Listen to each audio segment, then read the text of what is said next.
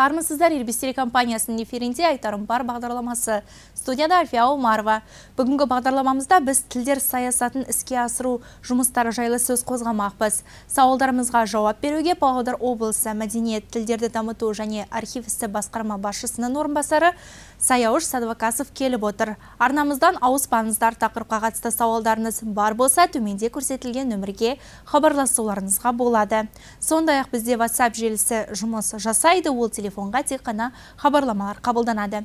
Сәлеметсіз бе, студиямызға қош келдіңіз. Қош көрдік, саламатсыз. Жалпы ең алдымен осы тіл саясаты жалпы Павлодар облысында қалай іске асырылып жатыр? Осы жылдағы 8 айдың көлемінде қандай ауқымды жұмыстар атқарылды? Осы жайлы қысқаша шолу жасап кетсеңіз, сөз кезегі өзіңізде. Рахмет.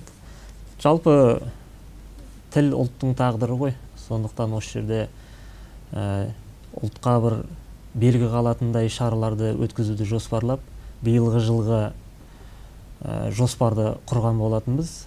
2023 жылдың өзіңіз айтып өткендей 8 айында бізде аудан қалаларды қосқанда 800-ге тарта іс-шара өткізілді барлығы. Енді шаралардың барлығы өздеріңізге белгілі қолданыстағы тіл заңнамасы шеңберінде тұжырымдамамыз бар. Сол тұжырымдаманың аясында іске асырылып отыр. Шаралар негізінен бізде оқыту және конкурстық шаралар болып екіге бөлінеді негізінен. Осы шаралар төңірегінде жұмыс жасап жатқан жайымыз бар. Қала берді облысымызда көмек сұраған мемлекеттік мекемелер болсын, жеке тұлғалар болсын, барлығына әдістемелік көмек көрсету жұмыстарымен де айналысамыз. Осы бағытта жұмыстарды жүргізудеміз.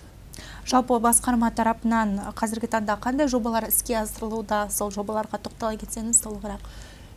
Бүгінгі күні бізде өздеріңізге белгілі, кәсіп саласында жүрген, өндіріс саласында жүрген азаматтарды мемлекеттік тілге оқыту, тіл үйрету жұмыстары кішкене кемшін түсіп жатыр. Соған байланысты біз ана тілі орталығымен бірлесе отырып, стартап жобасын қолға алған болатынбыз. Стартап жобасы бойынша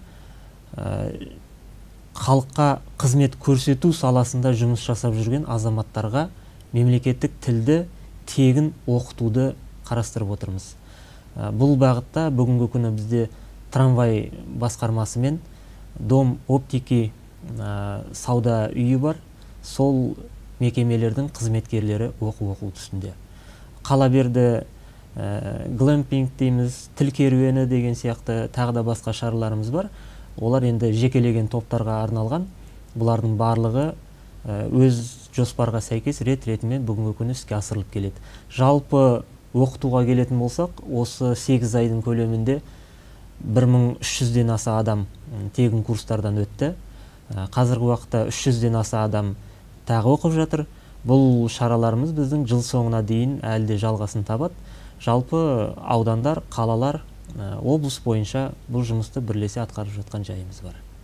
Ал жалпы осы мемлекеттік тілдің қолданыс аясын кеңейту мақсатында жалпы қандай акциялар тұрақты түрде ұйымдастырылып келеді? Осы жайлы толығырақ. Жалпы бізде қазіргі күні жастардың арасында, орта буынның арасында, үлкендердің арасында, мектеп оқушыларының арасында болсын, мемлекеттік тілді насихаттау жұмыстары, оның қолданыс аясын кеңейтуге бағытталған жұмыстар тұрақты негізде жүргізіледі.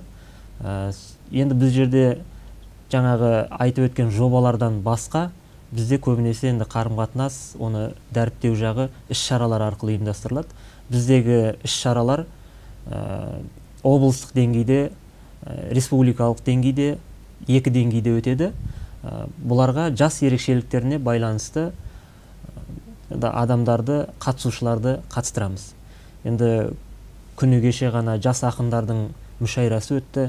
Алдымызда орта жастағы азаматтардың, ақындардың шығармашылық жағында жүрген азаматтардың мүшәйрасы өтеді.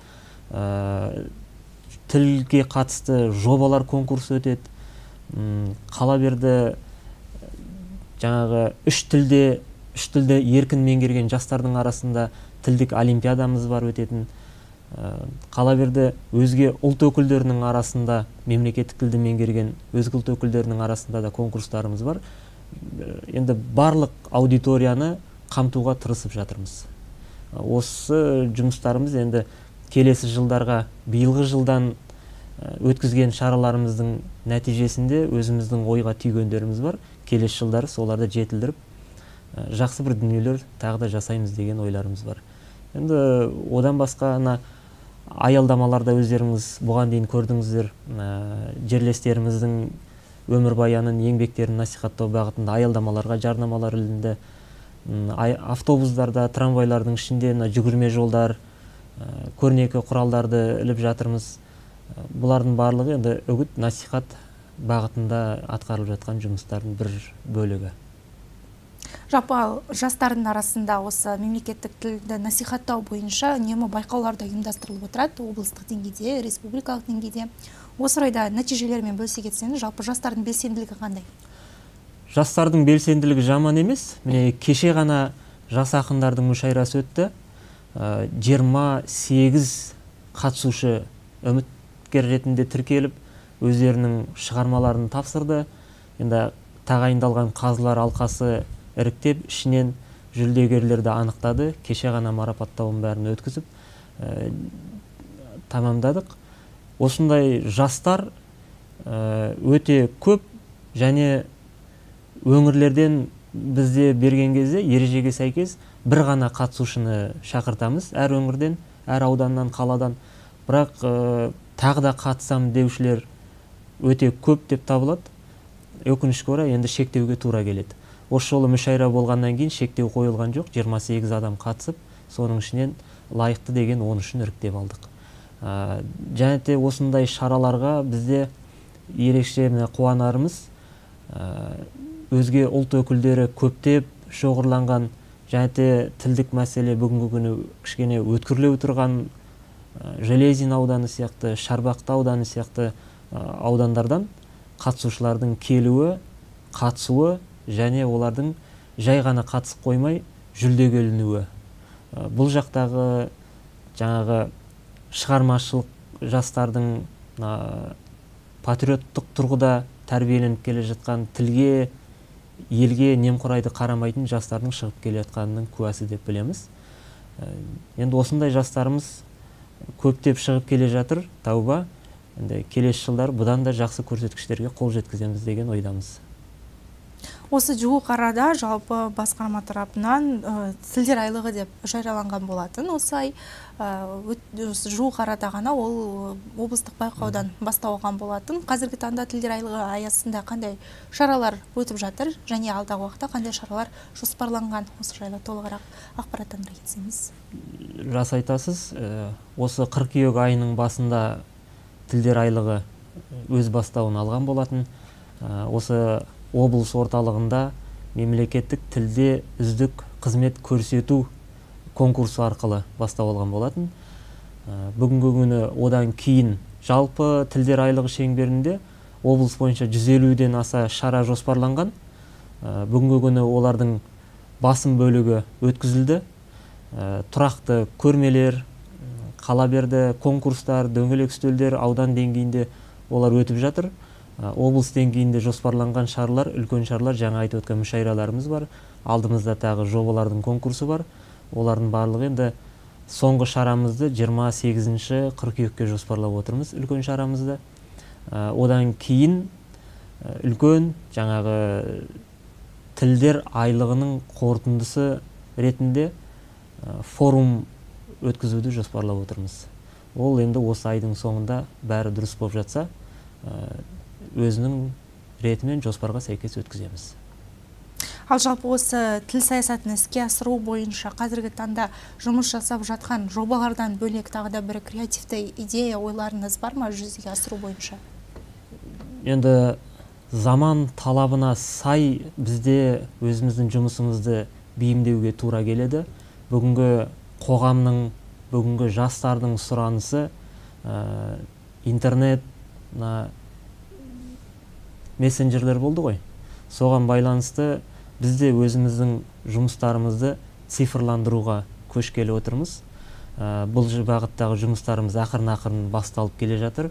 Негізі республика бойынша алғашқылардың бірі болып цифрландыруды бастаған Павлодар өңірі десек қателеспейміз. Себебі ана тілі орталығымен бірге бізде мобильді қосымша қолданысқа енгізілген болатын. Бұл жерде мемлекеттік тілді үйренгісі келетіндер мобильді қосымшаны жүктей ала отырып, мемлекеттік тілді үйренеді. Одан басқа QR қазақ тілі деген көмекші құралымыз бар. Бұл жаңағы мемлекеттік мекемелерде болсын, дәмханаларда болсын, сауда үйлерінде болсын қолдануға өте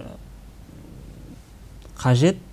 Себебі QR-ға телефоныңызды жақындата отырып, қиналған аудармаларыңыз болса, қиналған сөздеріңіз баламасын таба алмай, аудармасын таба алмай жатсаңыздар, сол жерде көмекке QR арқылы QR-ды қолдануға болады. Енді осындай жобалар басталып кетті. Алдағы уақытта осы бағыттағы жұмыстарымызды тереңдете түсуіміз қажет. Осы бағытта жұмыстар жүргізілуде. Негізі енді заман талабынан қалмауымыз керек. Цифрландыру біздің басты міндетіміз бүгінгі күні. Және де жастарға тілді үйрету әлеуметтік желі арқылы анағұрлым тиімдірек болмақ. Енді күнделікті қазіргі дәстүрлі дәрістерден гөрі жастардың көбі интернетте отырады, телефондары бар. Соған байланысты бізде осы мүмкіндікті пайдалануымыз қажет.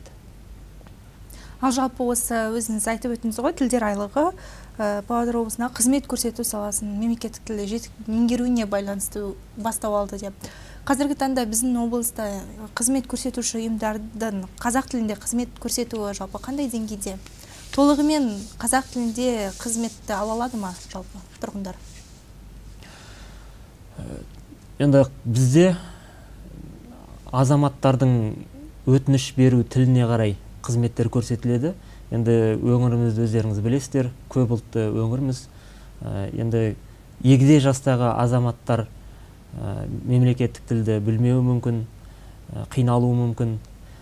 Соңға барса да, басқа жерге барса да, енді қалаған тілдерінде қызмет алулары құқылы.